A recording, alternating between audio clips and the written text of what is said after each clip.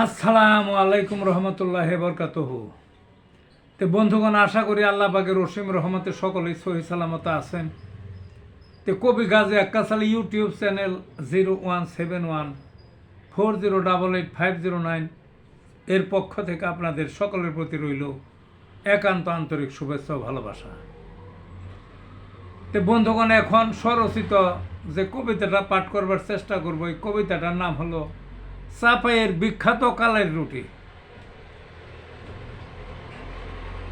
কালাই রুটি খাইতে হলে চাপাই যাও শীতে, হাট বাজারের মোড়ে মোড়ে অস্থায়ী সব ঘরে। চাউল গোড়া কালের গোড়া আনুপাতিক হারে, বেলুন নাই পিড়ি নাই হাতের থাপড় মেরে।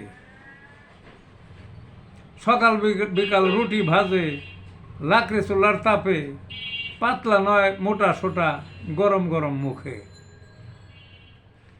সাথে আছে বেগুন ভর্তা, খাইলে মনে থাকে, আরও আছে মরিচ বাটা ঘানির তেল মেখে। সকালবেলায় দেখবে সেথা মেলার মতো ভিড়ে, ধনী গরিব সবাই খায় লাইন বহু দূরে। বিখ্যাত সেই কালাই রুটি আর পাবে না খুঁজে, চাপাই জেলার ঐতিহ্য আজও আছে টিকে। এই ছিল বন্ধুগণ কবিতাটা। ভালো থাকুন।